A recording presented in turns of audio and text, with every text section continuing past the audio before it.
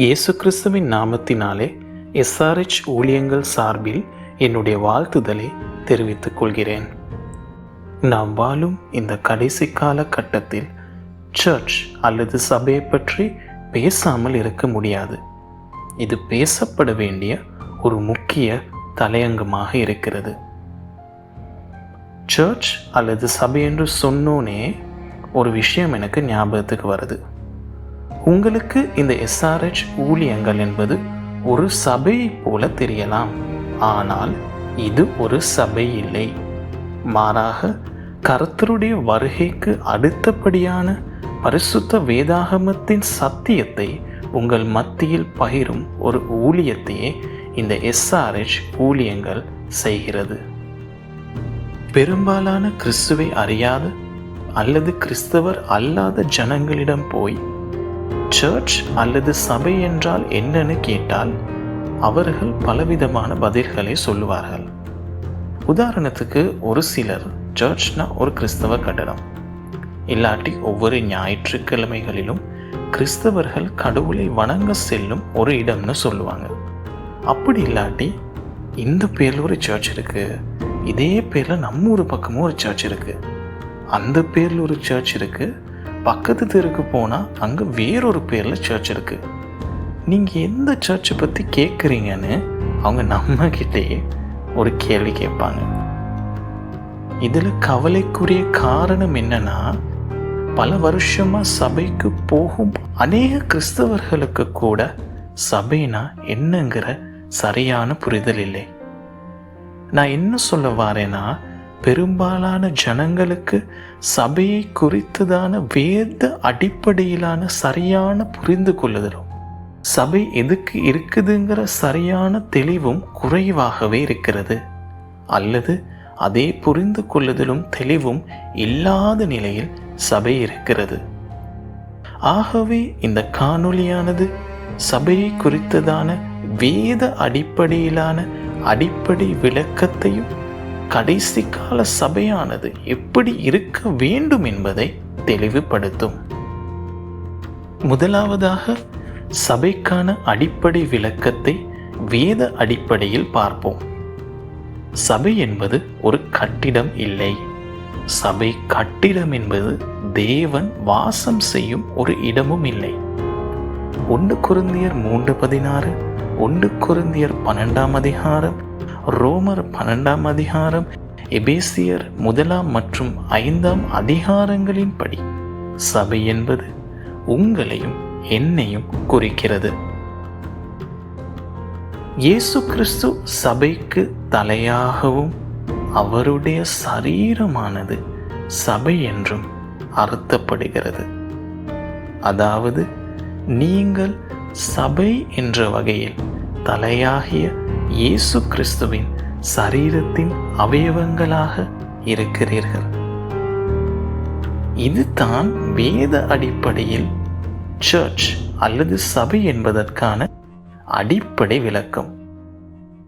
இந்த விளக்கத்தை சிம்பிளா இலகுவா புரிந்து கொள்ளலாம்.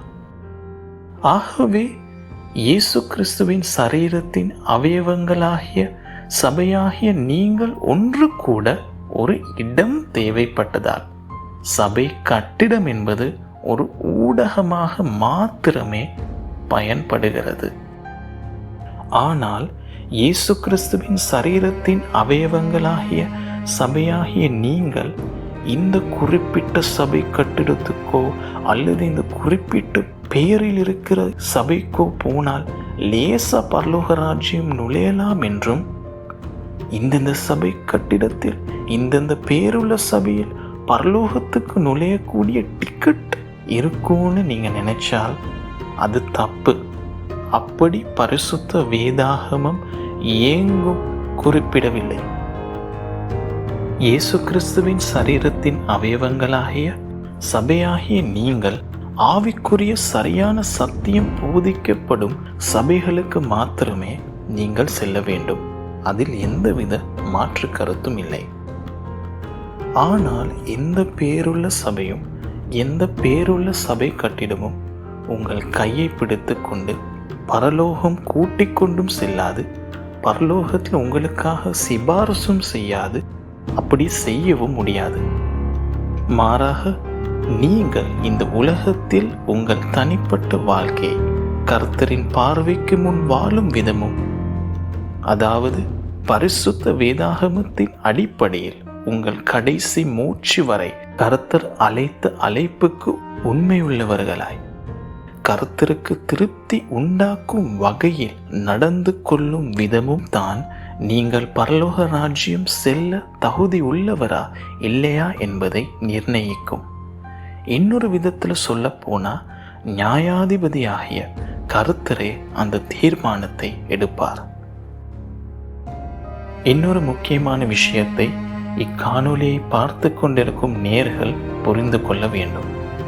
இந்த வீடியோ யாரையும் பற்றி குறை சொல்வதற்கோ ஒவ்வொருவரும் செய்யும் தப்பை சுட்டி காட்டுவதற்கோ இல்லை.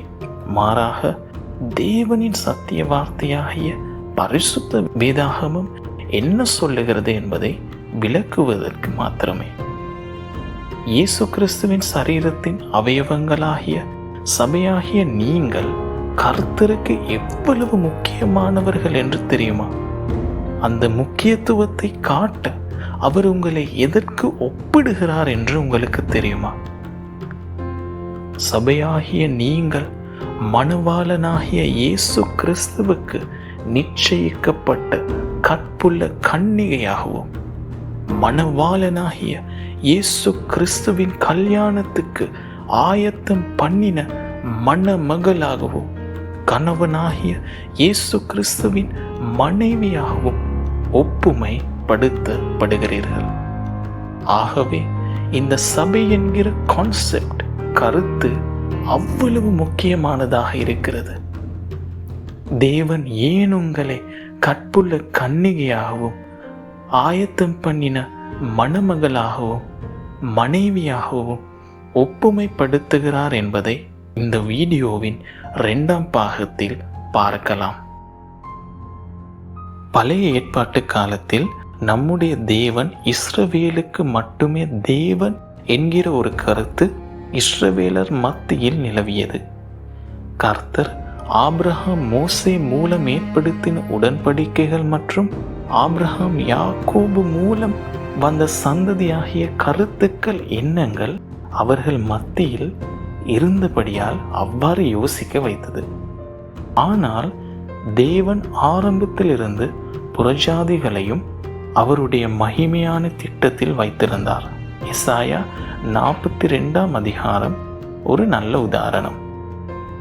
இயேசு கிறிஸ்து மேசியாவாக இந்த உலகத்துக்கு வந்து அவர் சிலுவையில் சிந்தின இரத்தத்தின் சம்பவத்துக்கு பிறகு சகல ஜாதிகளும் இயேசு கிறிஸ்து மூலமாய் தேவ ராஜ்யத்துக்கு தகுதி பெற்றோம். நான் ஏன் இந்த வேத சத்தியத்தை உங்களுக்கு சொன்னேன் என்று உங்களுக்கு போக போக புரியும். தானியேல் 9ஆம் அதிகாரத்தில் ஒரு முக்கியமான தீர்க்க தரிசனம் குறிப்பிடப்பட்டுள்ளது. யூதர்களின் அல்லது இஸ்ரவேலின் பாபிலோன் சிறையிருப்பு காலத்தில் கர்த்தர் தானியேலுக்கு ஒரு வெளிப்பாட்டை தருகிறார். அவர்களின் பாபிலோன் சிறையிருப்பு விடுதலை, அழிக்கப்பட்ட ஜெருசலேம் நகரம் கட்டப்படுதல் மற்றும் எருசலேம் தேவாலயம் 2ஆம் முறை கட்டப்படுதல், மேசியாவாகிய இயேசு கிறிஸ்துவின் 1ஆம் வருகை மற்றும் அவர் சிலுவையில் அறையப்படுதல், சம்பவிக்க இருக்கும் அந்த கிறிஸ்துவின் 7 ஆண்டு உபத்திரவ காலம், மேசியாவின் 2ஆம் வருகை ஆகியவற்றை வெளிப்படுத்தினார்.